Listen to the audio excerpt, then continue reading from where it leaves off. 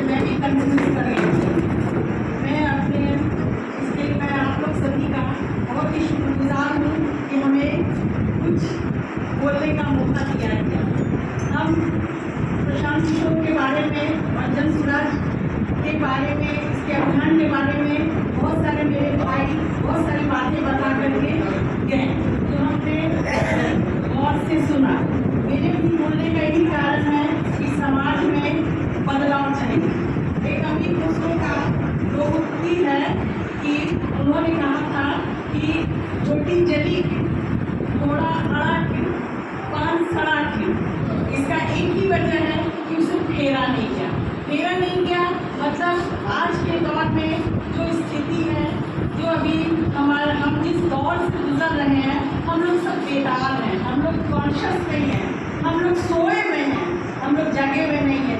चलो समाज हम लोग एक तरह से बहुत सहनशील सहन करने वाले व्यक्ति हैं। हम बिहारी लोग, हम लोग शांति प्रिय हैं, लड़ना झगड़ना नहीं चाहते। अगर हम रास्ते में चलते हैं, कहीं गड्ढा देख रहे हैं, कहीं ब्रेकेज दे रहे हैं, कहीं पूछा पुछा दे रहे, तो बड़ी शांति से हम बगल से निकल जाते हैं। लेकिन हम लोग प्रोटेस्ट नहीं करते हैं, यहाँ यह सड़क क्यों टूटा हुआ है, ये पुल क्यों टूटा हुआ है।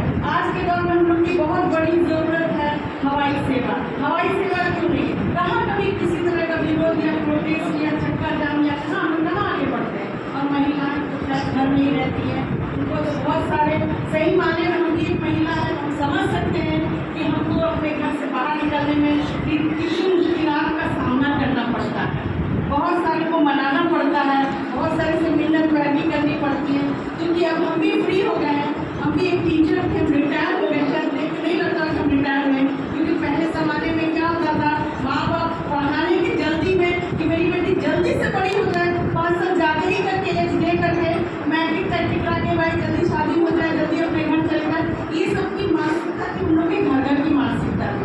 लेकिन ये मानसिकता आज भी जिंदा है, हम देख रहे हैं। तो इस तरह से हम क्या हम तो रिटायर करके तो घर में बैठे हुए तो सोचते कि चलो तो समाज की सेवा की है, समाज में देखते हैं। हम बैठे रहते, मेरा घर भी ऐसी जगह है कि हम मेरे सामने से बहुत सारी औरतें, बहुत सारे पब्लिक गुजरते हैं, हम सब पर नजर पड़ती है, तो वो मेरे पास आते हैं, बहुत सारे प्रॉब्लम लेके आते हैं। कोई शादी के बाद तलाक का प्रॉब्लम लेके आ रहा, कोई घरेलू मारपीट का प्रॉब्लम लेके आ रहा, कोई रोजगार नहीं है, भूखमरी है, बहुत सारा। लेकिन हम अंदर से बहुत ज़्यादा विचलित हो जाते हैं। मेरे पास तो कुछ नहीं, क्या कर सकते हैं, मेरे पास तो कोई पावर ही नहीं है कि हम किसी के साथ कुछ कर सकते हैं। मेरे सामने मेरे भाई सरपंच साहब बैठे हुए हैं, शायद इनको हमको जान रहे हैं, हम भी इनको जान रहे हैं, लेकिन हमसे इनसे बातचीत नहीं है। हम एक ही पंचायत में, हम जिस पंचायत महापुर पंचायत में है, उसी पंचायत की भैया मेरे भी सरपंच है, हम दूर से इनको पहचान रहे हैं। मेरे पास प्रॉब्लम आती है, आज तक हम एक भी प्रॉब्लम लेके इनके पास नहीं है।